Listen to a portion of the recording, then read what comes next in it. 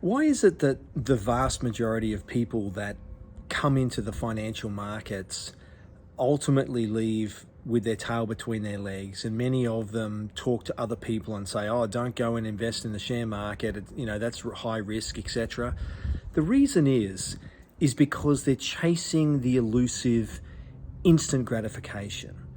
And this has been compounding over a number of years now, in decades, in fact, since the introduction of derivative markets. I'm talking about currencies and commodities and gold, and recently, of course, in the crypto market, where brokers and educators are constantly promoting the fact that you can generate this cash flow and you can get this income and you can generate 10% a month and all this sort of nonsense that they often talk about. So therefore, combining that together with the fact that send a text message, you instantly want to reply, book an international travel holiday in 5 seconds, virtually now, a couple of minutes you can book an overseas flight.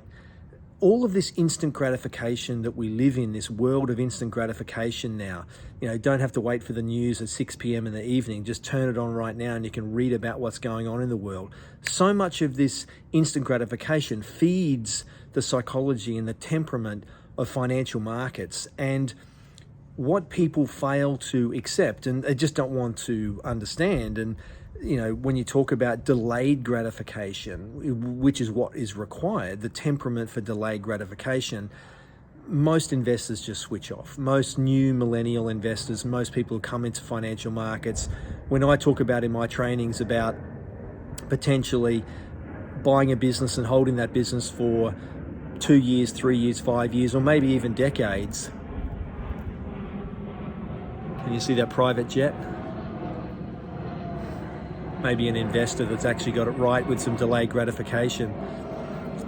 When I talk about holding businesses for long periods of time, they just turn off because they're looking for that instant gratification. They genuinely, honestly think that by buying a business and selling it because the price has gone up is the right approach to have, when in fact, that's the wrong approach to have. The reason why that business has gone up in price is more than likely because the business is doing better and the earnings are growing, and the probability is that business over time is going to be worth a lot more.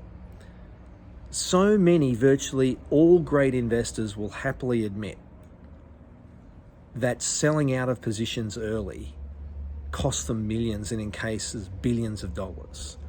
So I encourage you to take the attitude of delayed gratification rather than instant gratification, and you'll be a much better investor over time.